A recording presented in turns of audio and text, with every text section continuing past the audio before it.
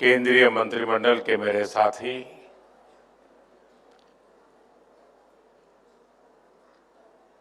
सभी सांसदगण, विकसित Bharat young leaders challenge के विनर्स, अन्य महानुभाव और देश भर से यहां आए मेरे सभी युवा साथी, विदेशों से जो नौजवान आए हैं, उनको भी एक नया अनुभव मिला होगा।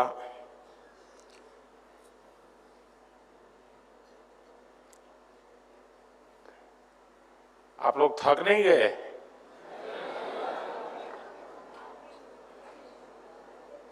दो दिन से यही कर रहे हैं तो अब क्या सुन सुन कर थक नहीं जाओगे?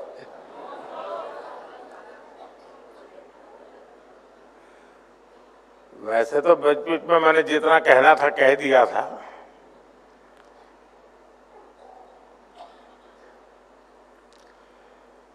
जब मैं पहली बार मुख्यमंत्री पद की शपथ ली थी,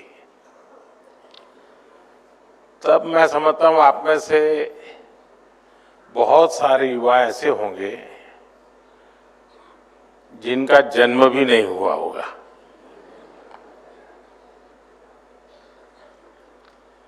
और जब मैंने 2014 में प्रधानमंत्री पद की शपथ ली थी, तब आप में से ज्यादातर लोगों को बच्चा कहा जाता होगा।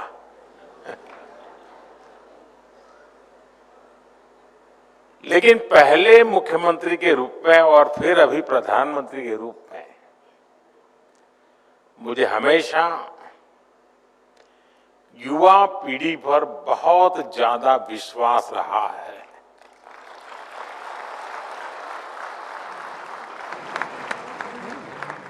आपका सामर्थ्य, आपका टैलेंट, मैं हमेशा आपकी एनर्जी से खुद भी एनर्जी पाता रहा हूं। और आज देखिए, आज आप सभी विकसित भारत के लक्ष्य की बागडोर थामे हुए हैं। साथियों, साल 2047 में जब हमारी आजादी के 100 साल होंगे, वहां तक की यात्रा भारत के लिए भी अहम है और यही वो समय है जो आपके जीवन में भी सबसे महत्वपूर्ण है। यानी बड़ी गोल्डन अपॉर्चुनिटी है आपके लिए। आपका सामर्थ्य भारत का सामर्थ्य बनेगा। आपकी सफलता भारत की सफलता को नई ऊंचाइयां जरूर देगी। मैं आप सभी को विकसित भारत यंग लीडर्स डायलॉग में सहभागिता के लिए बहुत बहुत बधाई देता हूं।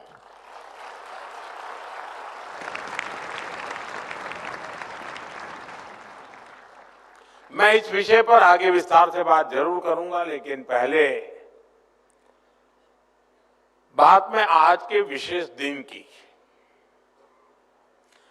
साथियों, आप सभी जानते हैं कि आज स्वामी विवेकानंद जी की जन्म जयंती है। स्वामी विवेकानंद जी के विचार आज भी हर युवा के लिए प्रेरणा है। हमारे जीवन का लक्ष्य क्या है? पर्पस ऑफ लाइफ क्या है? कैसे हम नेशन फर्स्ट की भावना के साथ अपना जीवन जिए? हमारे हर प्रयास में समाज का, देश का हित हो, इस दिशा में स्वामी विवेकानंद जी का जीवन हम सभी के लिए बहुत बड़ा मार्गदर्शक है, प्रेरक है। स्वामी विवेकानंद का स्मरण करते हुए हर साल 12 जनवरी को हम राष्ट्रीय युवा दिवस मनाते हैं और उन्हीं की प्रेरणा आज 12 जनवरी को विकसित भारत यंग लीडर डायलॉग के लिए चुना गया है। साथियों, मुझे खुशी है कि बहुत ही कम समय में विकसित भारत यंग लीडर्स डायलॉग इतना बड़ा प्लेटफॉर्म बन गया है।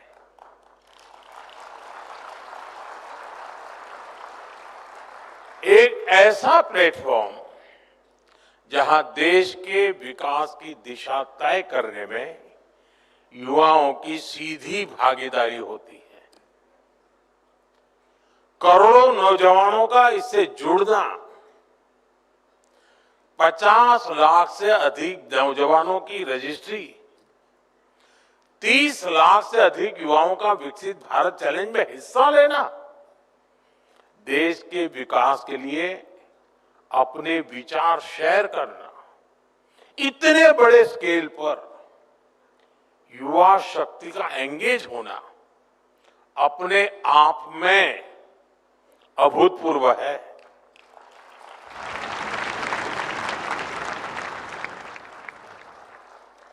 दुनिया के अनेक देशों में आमतौर पर थिंक टैंक, ये शब्द बहुत प्रचलित है, थिंक टैंक की चर्चा भी होती है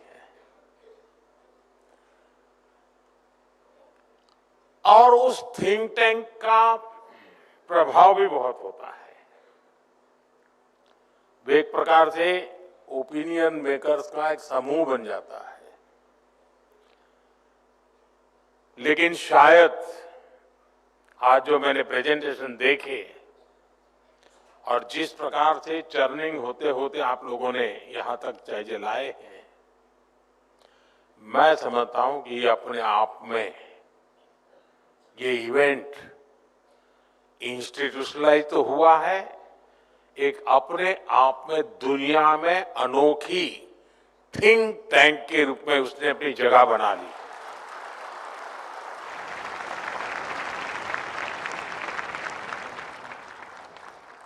एक निश्चित विषय को लेकर, निश्चित लक्ष्य को लेकर के लाखों लोगों का मंथन होना, इससे बड़ा थिंकिंग क्या हो सकता है। और मुझे लगता है कि इसके साथ थिंक टैंक शब्द बैठता नहीं है, क्योंकि टैंक शब्द इसलिए आया होगा छोटा सा होता है। ये तो विशाल है, सागर से भी विशाल है और समय से भी आगे है और विचारों में समंदर से भी ज्यादा गहरा है। और इसलिए थिंक टैंक शब्द टैंक वाले शब्द से भी सीमित नहीं किया जा सकता, ऐसा इसका अनुभव है। और जिन विषयों को आज आपने चर्चा में लिया है, जैसे खासतौर पर विमेन लेड डेवलपमेंट और यूथ पार्टिसिपेशन इन डेमोक्रेसी, ऐसे गंभीर विषयों पर जिस प्रकार से विचार आपने रखे हैं, ये प्रशंसनीय है। थोड़ी देर पहले आपने यहां जो प्रेजेंटेशन रखे, अलग अलग थीम्स को लेकर प्रभावी बात रखी है, ये दिखाता है कि हमारी अमृत पीढ़ी विकसित भारत के निर्माण के लिए कितनी संकल्पित है। इससे ये भी स्पष्ट होता है कि भारत में जैन जी का मिजाज क्या है।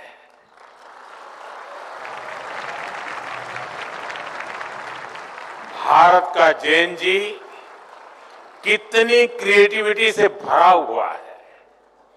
मैं आप सभी युवा साथियों को, मेरा युवा भारत संगठन से जुड़े सभी नौजवानों को इस आयोजन के लिए और इसकी सफलता के लिए मैं बहुत बहुत बधाई देता हूं, आप सबका अभिनंदन करता हूं। साथियों, मैंने जब अभी आपसे बातें शुरू की तो 2014 का जिक्र किया था। तब यहां बैठे ज्यादातर युवा 8-10 साल के ही रहे होंगे। अखबार पढ़ने की उनकी आदत भी नहीं डेवलप हुई होगी। आपने पॉलिसी पैरालिसिस का वो पुराना दौर नहीं देखा, जब उस समय की सरकार की इसलिए आलोचना होती थी कि वो समय पर फैसले नहीं लेती, और जो फैसले होते भी थे वो जमीन पर ठीक से लागू नहीं होते थे।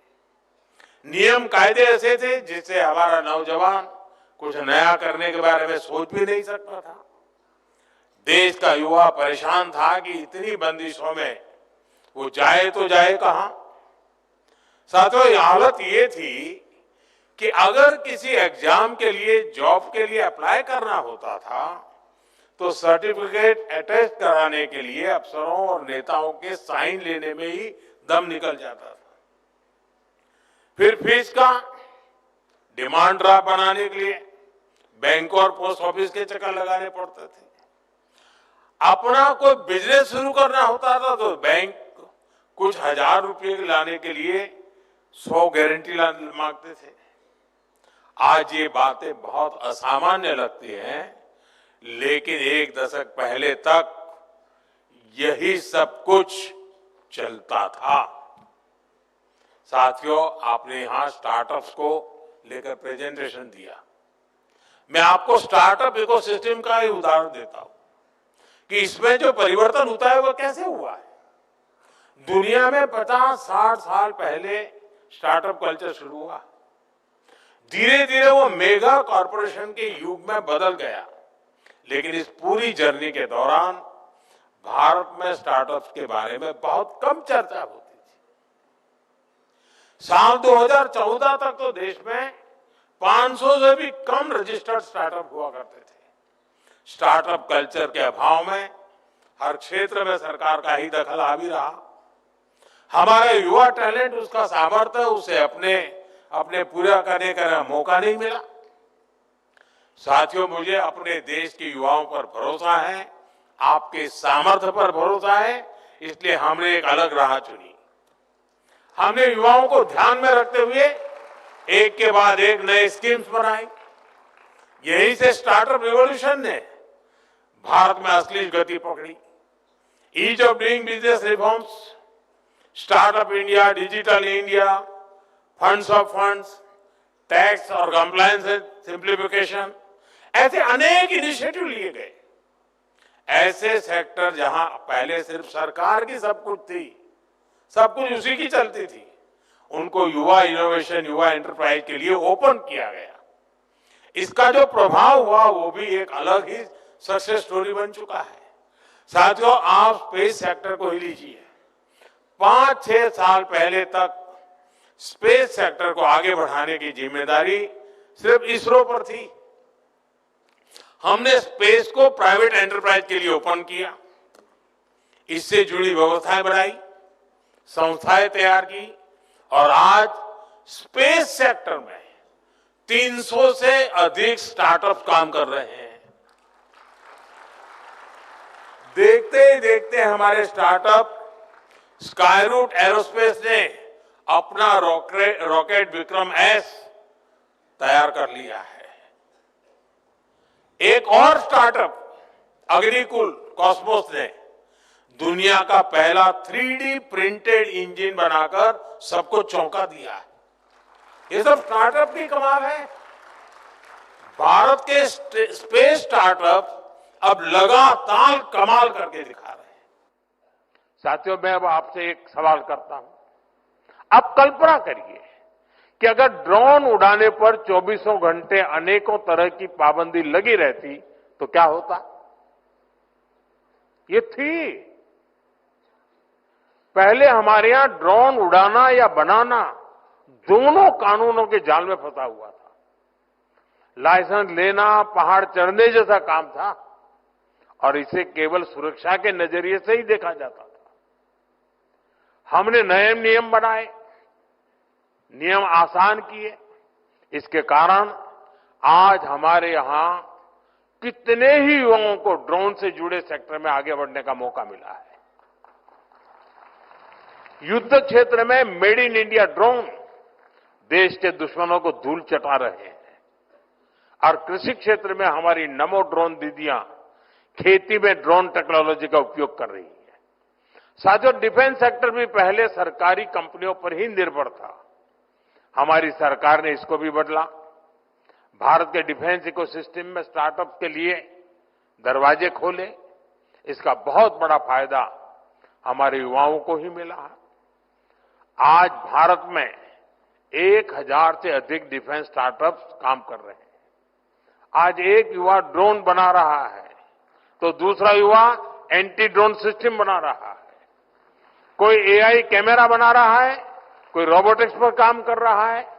साथियों, डिजिटल इंडिया ने भी भारत में क्रिएटर्स की एक नई कम्युनिटी खड़ी कर दी है। भारत आज ऑरेंज इकोनॉमी यानी कल्चर, कंटेंट और क्रिएटिविटी का अभूतपूर्व विकास होते देख रहा है। Bharat media, film, gaming, music, digital talent, VR, XR जैसे क्षेत्रों में एक बड़ा ग्लोबल सेंटर बन रहा है। अब यहां पर एक प्रेजेंटेशन में हमारे कल्चर को एक्सपोर्ट करने की बात तेज आई है। मैं तो आप नौजवानों से आग्रह करता हूं, हमारी जो कहानियां हैं, कहानी किस्से हैं, रामायण है, महाभारत है, बहुत कुछ है। क्या हम उसमें गेमिंग की दुनिया में ले जा सकते हैं इन चीजों को? पूरी दुनिया में गेमिंग एक बहुत बड़ा मार्केट है, बहुत बड़ी इकोनॉमी है। हम अपनी माइथोलॉजी की कथाओं को लेकर के भी गेमिंग की दुनिया में नए नए खेल ले जा सकते हैं। हमारे हनुमान जी पूरी दुनिया की गेमिंग को चला सकते हैं।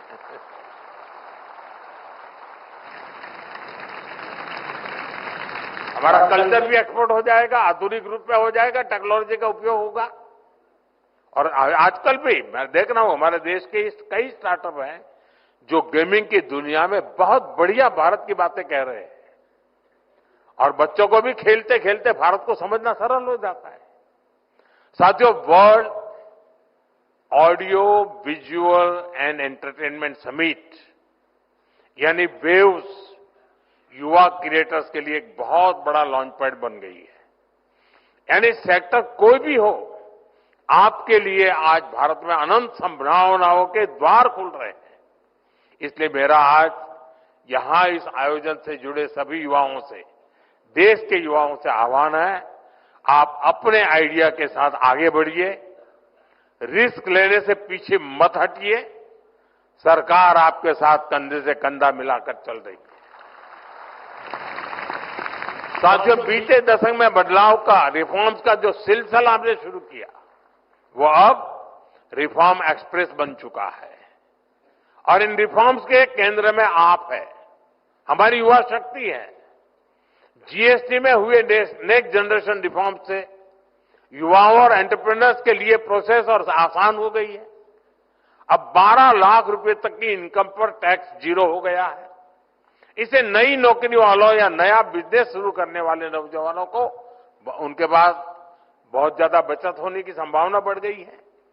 साथियों, आप सभी जानते हैं आज बिजली सिर्फ रोशनी का माध्यम नहीं है। आज AI, data centres, semiconductor, manufacturing, ऐसे हर इकोसिस्टम के लिए ज्यादा बिजली की जरूरत है। इसलिए आज भारत एश्योर्ड एनर्जी सुनिश्चित कर रहा है। सिविल न्यूक्लियर एनर्जी से जुड़ा रिफॉर्म यानी शांति एक्ट इसी लक्ष्य के साथ किया गया है। इससे न्यूक्लियर सेक्टर में तो हजारों नए जॉब्स पैदा हो गए ही, बाकी सेक्टर्स पर भी इसका मल्टीप्लायर इफेक्ट होने वाला है।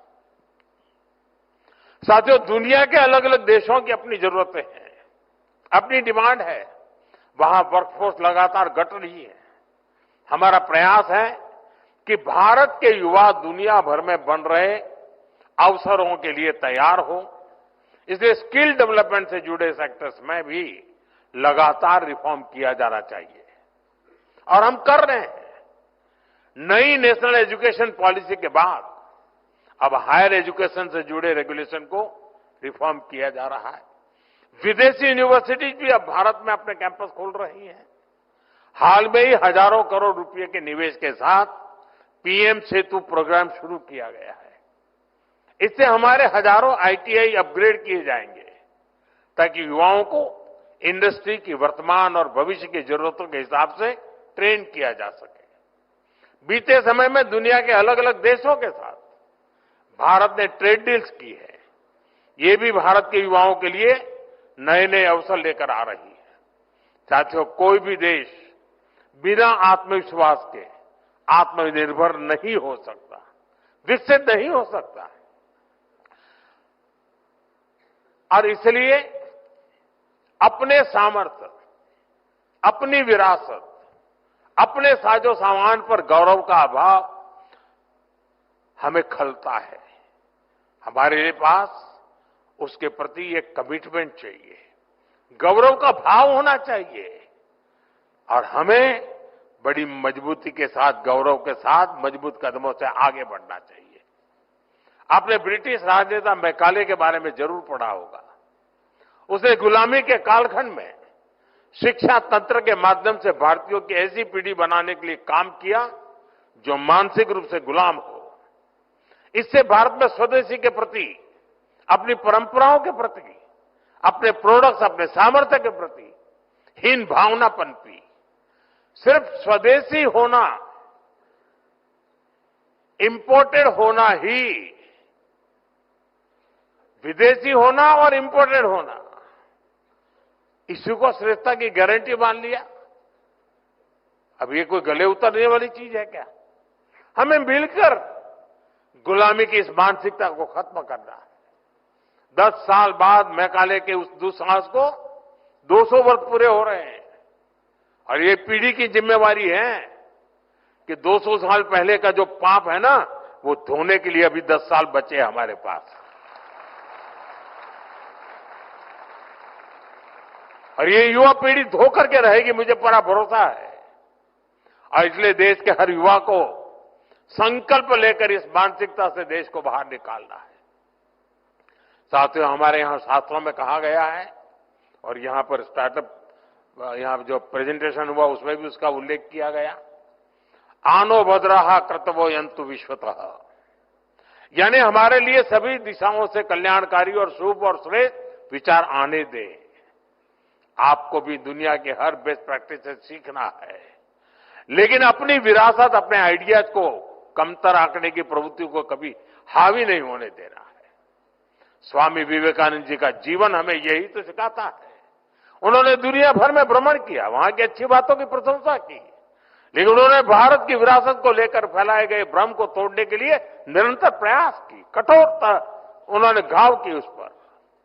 उन्होंने विचारों को सिर्फ इसलिए नहीं स्वीकार किया क्योंकि वे पॉपुलर थे, बल्कि उन्होंने कुरीतियों को चैलेंज किया। स्वामी विवेकानंद जी एक बेहतर भारत बनाना चाहते थे। उसी स्पिरिट के साथ आज आप युवा शक्ति को आगे बढ़ना है और यहां अपनी फिटनेस का भी ध्यान रखना है, खेलना है, खिलखिलाना है। मुझे आप सभी पर अटूट भरोसा है। आपका सामर्थ्य, आपकी ऊर्जा पर मेरा विश्वास है। इन्हीं शब्दों के साथ आप सभी को एक बार फिर से युवा दिवस की बहुत बहुत शुभकामनाएं। मैं एक और सुझाव देना चाहता हूं। ये जो हमारा डायलॉग का कार्यक्रम चल रहा है, क्या आप कभी योजना करके अपने स्टेट में स्टेट को विकसित बनाने के लिए डायलॉग, ये कार्यक्रम शुरू करें और थोड़े समय के बाद हम डिस्ट्रिक्ट को विकसित बनाने के लिए भी डायलॉग शुरू करें, इस दिशा में जाएंगे। लेकिन हर राज्य में एक कार्यक्रम राज्य के नौजवान मिलकर के, ताकि ये थिंक टैंक जिसको कहा गया, ये थिंक वेव बन जाएगा, ये दिशा में हम करें। मेरी पूरी शुभकामनाएं आपके साथ है। बहुत बहुत धन्यवाद दोस्तों।